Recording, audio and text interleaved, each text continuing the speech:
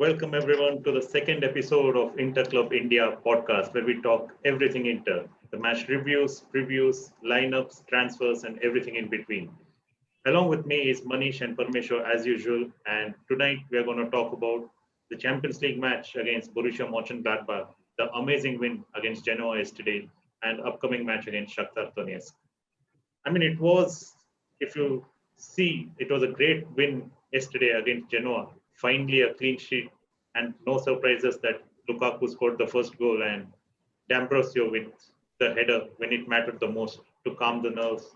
And even better that Ranocchia had the assist after such a long time. He came into the starting lineup, and it was such an awesome thing to see that he gave the assist. It was always, I don't know, I always liked Ranocchia. It was kind of, he's not good enough to be a starter, but he's loyal to the team.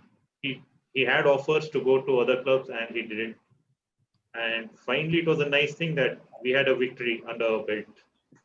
So happy that we won, even though it was only a 3 game winless streak of sorts.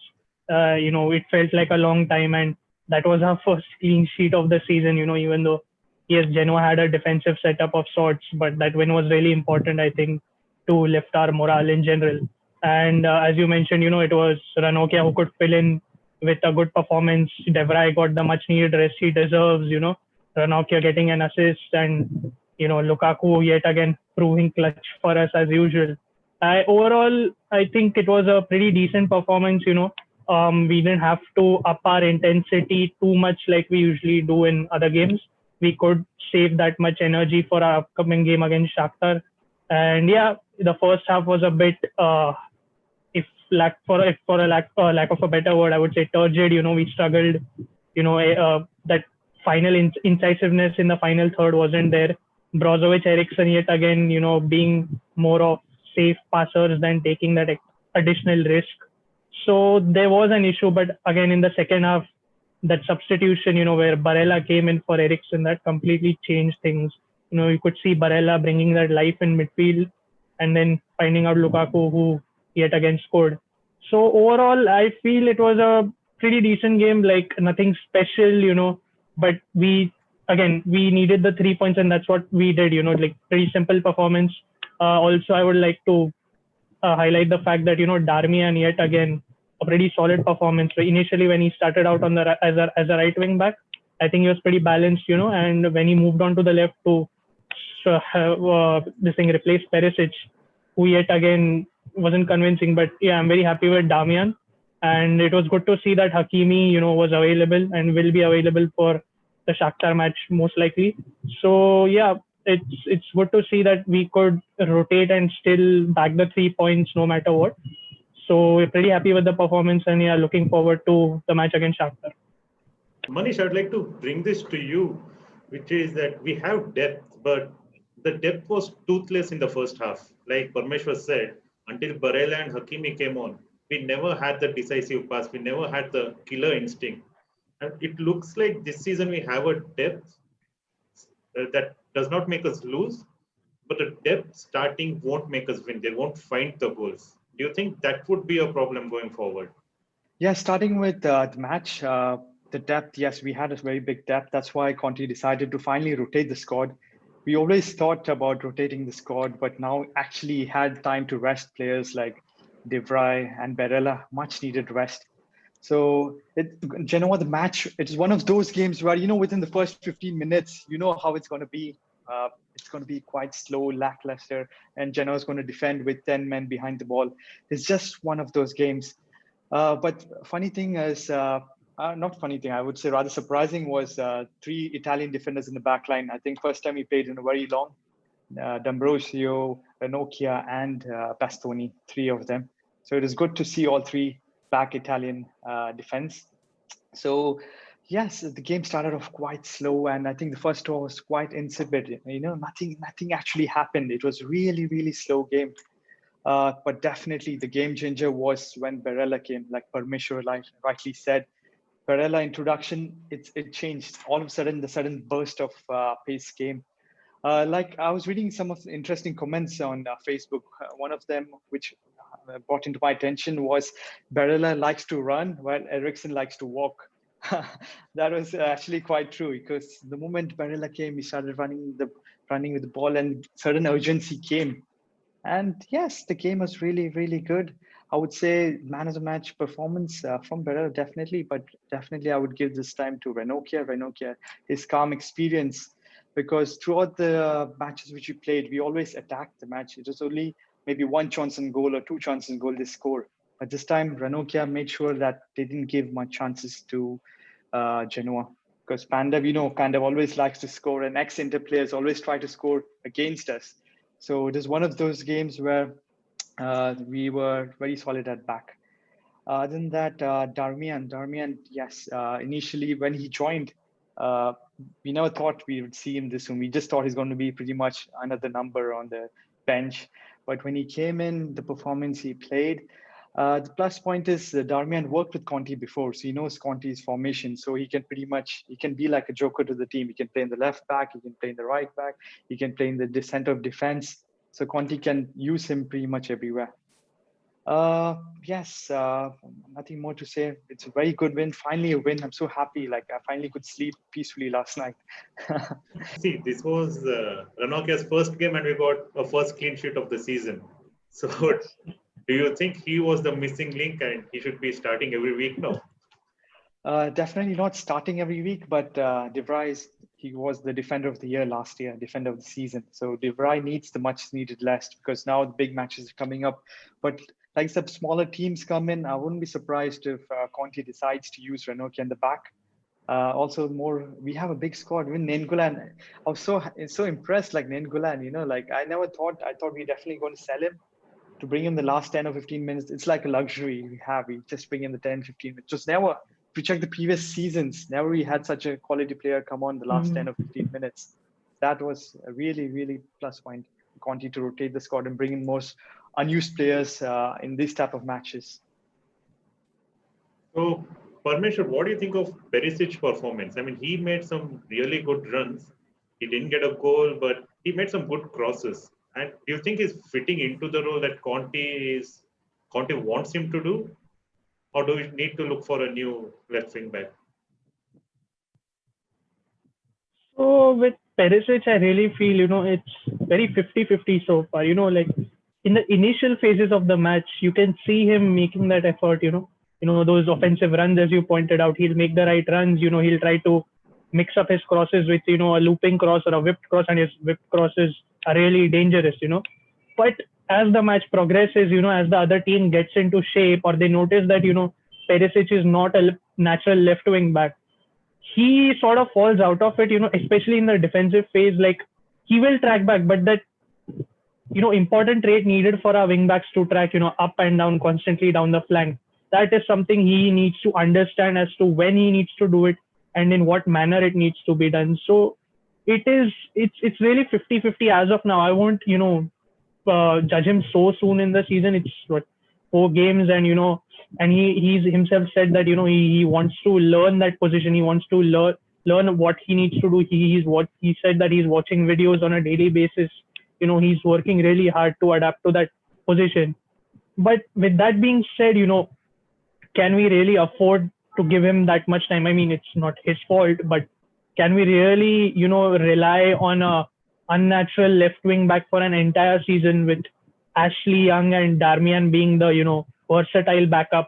Can we really afford that? Because, of course, majority of us Interisti really feel that we can win the Scudetto, but can we, for that, don't we really need a squad that has settled in each position that they play? So that is a question that remains to be seen. We need to see how the coach addresses this. As far as, buying or loaning a new left wing back goes, it really depends on the options. Like in January, let's say if we can manage to get Marcos Alonso, I'm all for it. He's worked with Conte and we know what he's capable of. Yes, he has some defensive issues, but going forward and, just fitting in the left wing back role, he's perfect. But let's say if it's someone like Emerson Palmieri, and I remember Manish speaking about Emerson before, he's not that sort of an upgrade. I'd rather maybe take Birhagi back if that was an option over Emerson, So, and Emerson himself is a tad bit injury prone, So that is another risk. So overall, I feel Perisic, it's like an anomaly. I would give him time, but also if possible, still keep like our eyes open for a left wing back in January if possible. Then yes, we should go for one definitely. And Lautaro also got really pissed on the bench after a substitution. I mean, it was good to see that the passion is there, the fire is there. But do you think he went a little bit overboard, or is that justified? Like, okay, fine. He was more pissed at himself, I guess, for not getting a goal and not getting an assist. Didn't perform that well according to him, his standards.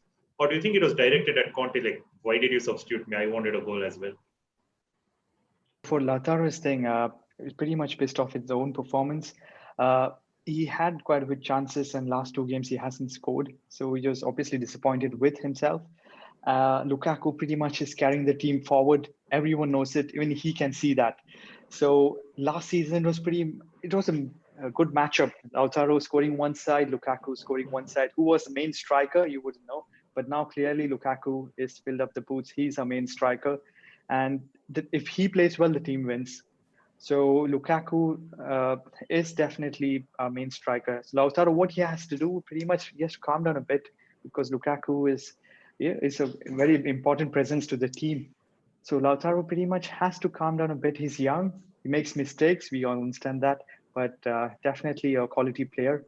And he will get back to the scoring next match. That's for sure.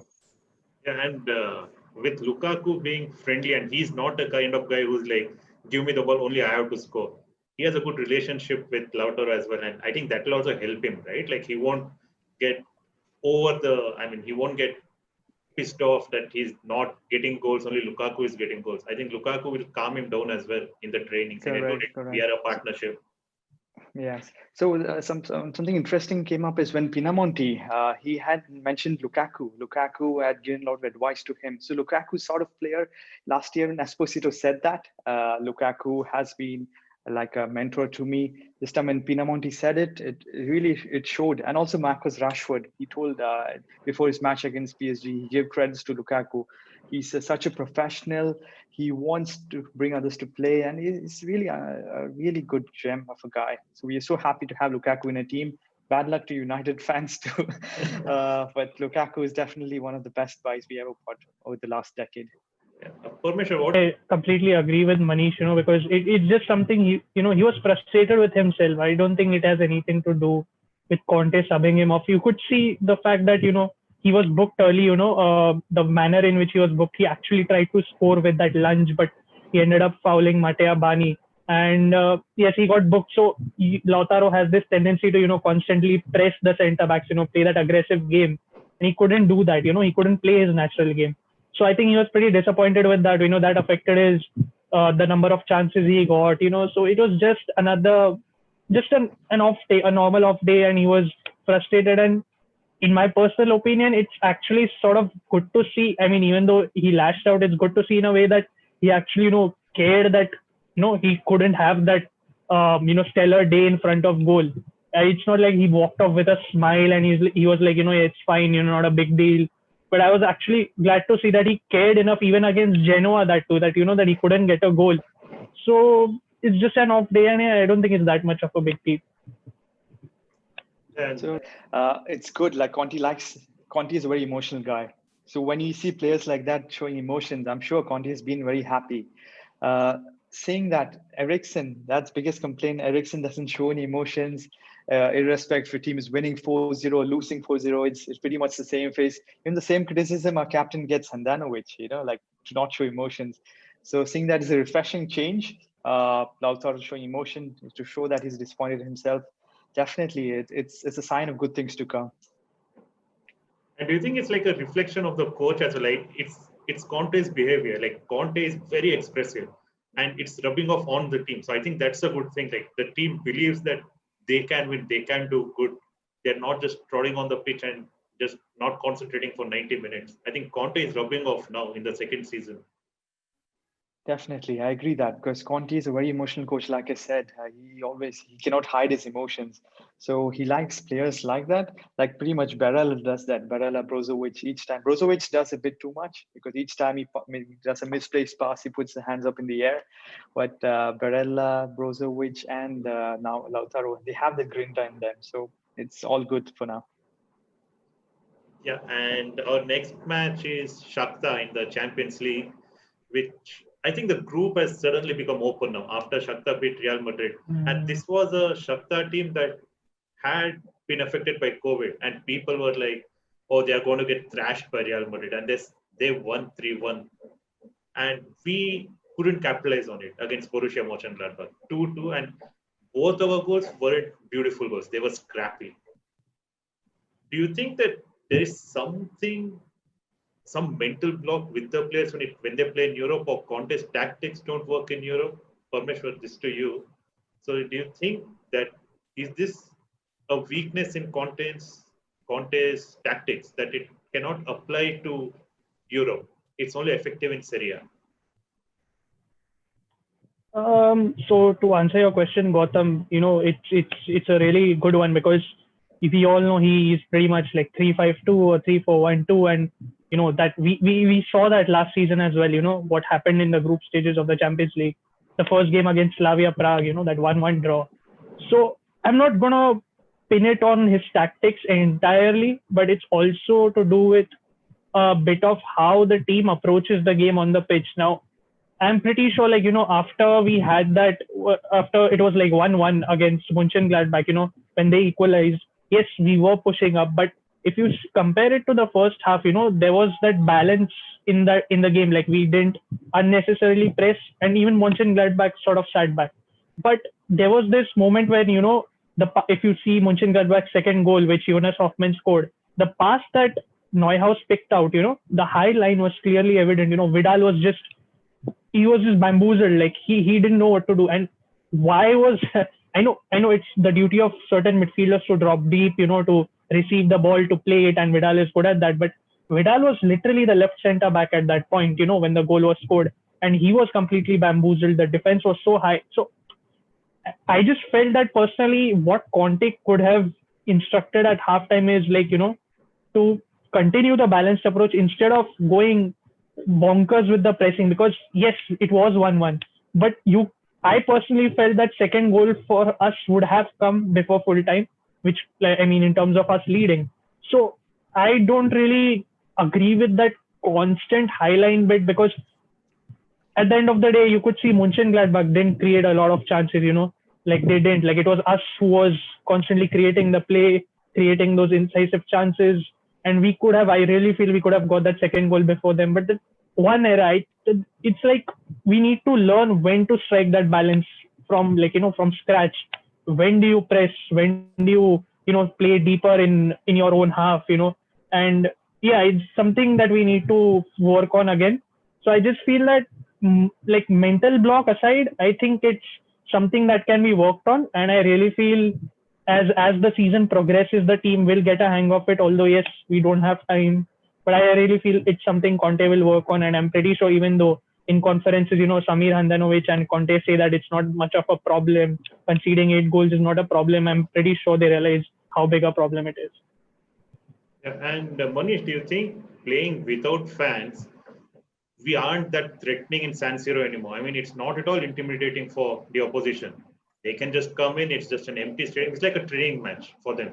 There's no curve or not to support. There are no 70,000 Inter fans like jeering them whenever they have the ball. Do you think that would affect our performance as well as the opponents? Well, to say that, yes, I would definitely say the fans are definitely our 12th man. Fans are very important in any matches. So, like even El Clasico, which happened yesterday, it was quite unusual to see it be in the empty stadium. So, yes, definitely we lose the edge of having a fans behind us. But saying that, that should not be an excuse because we all are professionals, irrespective of the environment we play in. No matter if it rains, it snows, or there are fans, no fans, the players have to take it up. We're playing for a club like Inter, we must show it on the pitch. That should be the attitude. Uh, yeah, So that's the thing. So adding to Parmeshwar, what he said about that interesting point about three-man defense. Three-man defense generally is not considered to be successful in Europe. This has been brought up a lot of times because it always comes up. Three-man defense is only good in successive in domestic matches. In the bigger leagues, it doesn't happen. But that match against Borussia Monchengladbach, sorry, my bad. So against Borussia Monchengladbach, that match, we were, I think, just 10 minutes before the final. So what happened is we had two center backs, actually. We had Bastoni and Kolarov, both of them, but both were quite ahead. And it was just during transition play that Vidal came back to cover up. But that ball, it stunned everybody. Was it an offside? I definitely think it was an offside because before it reaches, a slight nick was there in the last man. But saying that, there's always the risk of playing such high attacking and playing the high line. But it's either, what we have to do is we have to go out for the result. So it's playing in Europe is definitely a different challenge for us. So this next match coming up is definitely very important for us to win before we face Real Madrid back to back. Yeah, and Parmeshwar, to bring out the analyst in you, how do you think the match against Shakhtar will go? How do they play? Like, what tactics will they employ against us? What should we employ against them?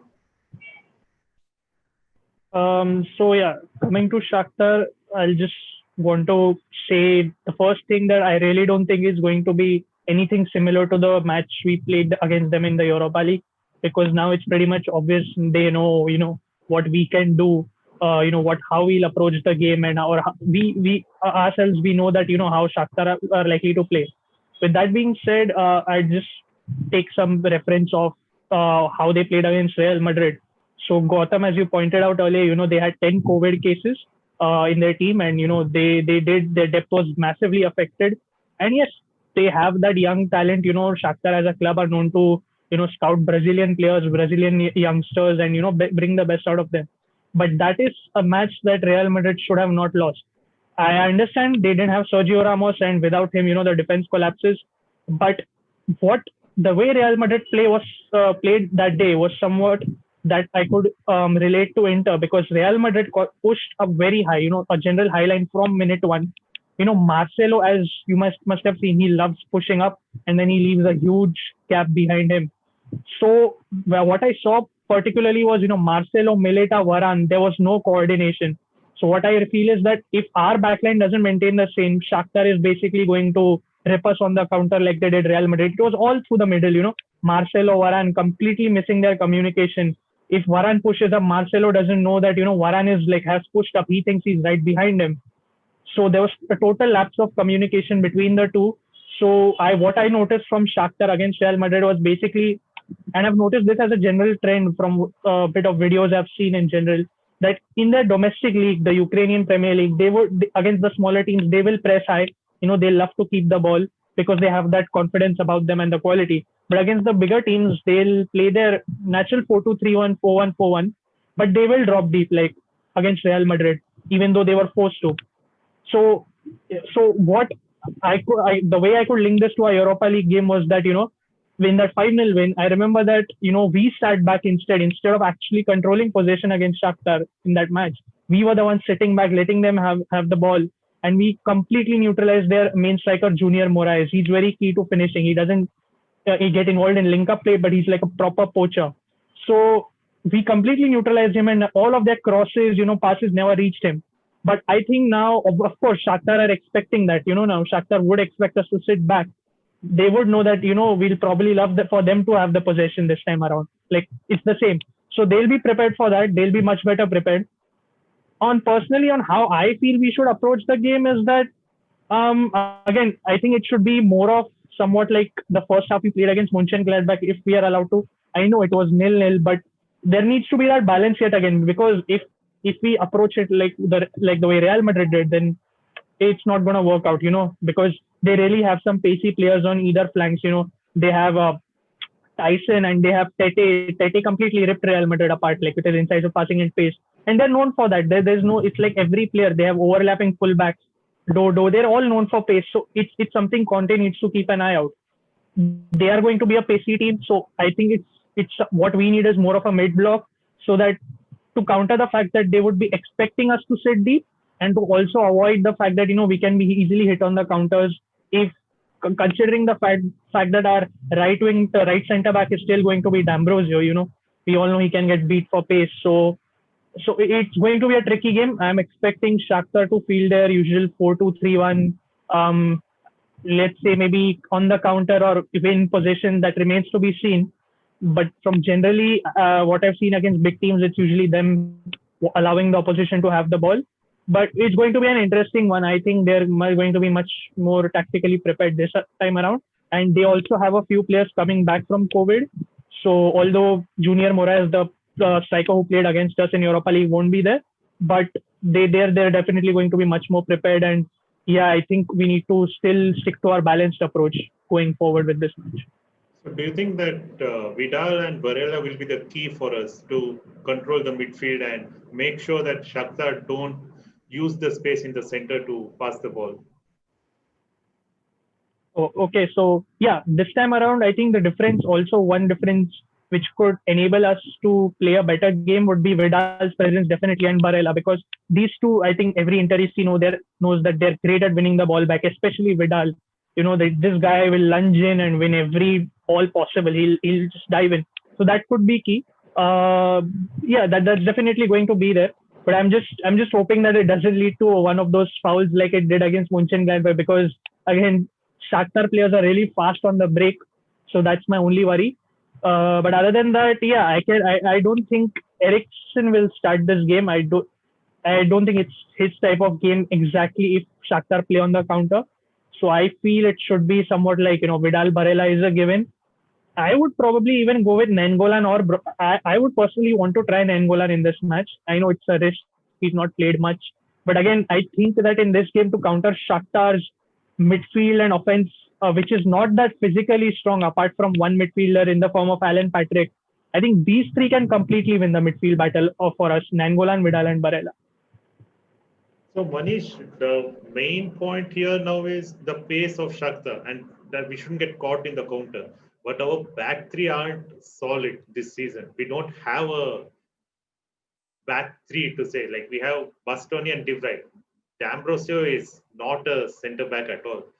Do you think we should tone it down a bit when we play against Shakhtar? And let's see how the first 25 minutes goes, invite them, take the pressure, then hit them? Or do you think we should attack from the start? So Gautam, regarding this match, I would definitely think Conte will take a defensive approach. Like you said, he won't go for attacking approach. He would absorb the pressure and then attack. That's what we did in last year's Europa League. Pretty much we absorbed the pressure, and their main reference was the striker, but this time he's out with COVID. So now that becomes tricky because you don't have a reference point now. Saying that, I expect Conte to use very defensive, let them play the ball because you're playing in their stadium, you're playing in Shakhtar Stadium. So Conte would sit back and let them take the initiative. I'm so glad to have Bastoni and De Vrij back. D'Ambrosio is going to start. So these three are going to be the back three. The most, I think, important key is Darmian. Darmian is definitely going to be one of the key here because he brings that balance. If we have Hakimi one side, definitely Darmian is going to play on the left. So Darmian, and I was actually quite impressed the way Darmian and D'Ambrosio, they both combined in the right flank. But this time, Conte is going to put him in the left flank. I'm quite pretty sure on that because Perisic has not been up to the mark. Perisic has been struggling on the left wing back position. And this is not a game where we give one more try. So, and the midfield pretty much is Vidal and Barella. They are sure starters. I'm expecting Brozovic to partner them. Nainggolan would come again in the last 10 or 15 minutes to do his cameo appearance. But pretty much Brozovic and Vidal are going to sit back, and Barella is going to be the center attacking role. That's what I feel. So the match is going to become where we're going to expect pretty much Shakhtar taking initiative, starting attacks, and Inter pretty much countering that and releasing Lukaku. Lukaku with his strength and pace, that is definitely one of the key tactics of Conte this season. Also, now that we have a strong point is Ashraf Hakimi. So at any point, if Shakhtar is attacking, we can send across Hakimi with his blistering pace. He can take on his man and then square it across Lukaku. So pretty much this game, again, it won't be a very attacking display. It will be a very cautious approach because Conte knows the importance of this match. We need to get the 3 points here, because if you don't win the first game, we have to win the second game. And the next third and fourth matches are back to back with Real Madrid. So the pressure's on everybody, pressure's on Inter definitely to get a result. Shakhtar, again, we're going to play the carefree approach because they surprised all by defeating Real Madrid. So nobody expects them to qualify. So definitely the pressure's off for them. They will go out, enjoy the football, and they tend to have a strong Brazilian influence.